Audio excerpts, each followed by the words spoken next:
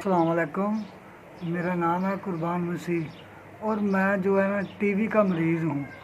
मैं टीवी का मरीज़ हाँ। तो बेगम मेरी वजह तो जो ना ड्यूटी जाती है टीकियां वाली फैक्ट्री से मेरी गैरत नहीं गवारा समझती, जिसकी वजह तो मैं बहुत ही मजबूर हाँ। मैं इन्ना को गरीब हाँ कि मेरी छत भी डिग पई है, दूसरी छत भी अंदरों डिग पई है, जिसकी वजह तो मैं जड़ा ना मैं कुछ ये कहना वा कि मेरी कोई माड़े की हैल्प करो। मैं बहुत गरीब हाँ कि मेरे जड़े ना बेगम वो लेंदी है 10,000 रुपया, जिसकी वजह तो मेरे घर का सर्कट नहीं चलता। मैं वहाँ बहुत गरीब, 3 साल तो मैं मंजी ते पिया वा, ना मैं किते जान जोगा ना कोई गल ना कोई मेरे नाल दी भी तनख्वाह हाले आउंदी नहीं, तो वो पहलू खर्च हो जाती है।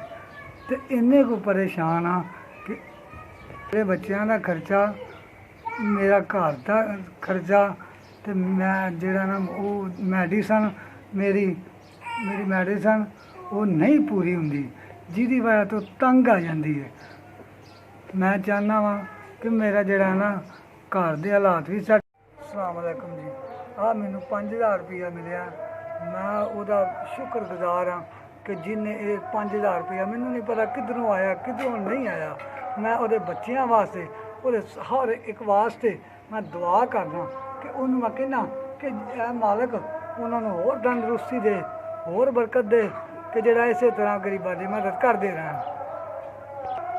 पैसे जोड़े मैनू मिले ने मैं उसका शुक्रगुजार हाँ, लख करोड़ा वरी शुक्रगुजार हाँ कि ये मैं कुछ दवाइयाँ लवांगा, कुछ राशन लवांगा।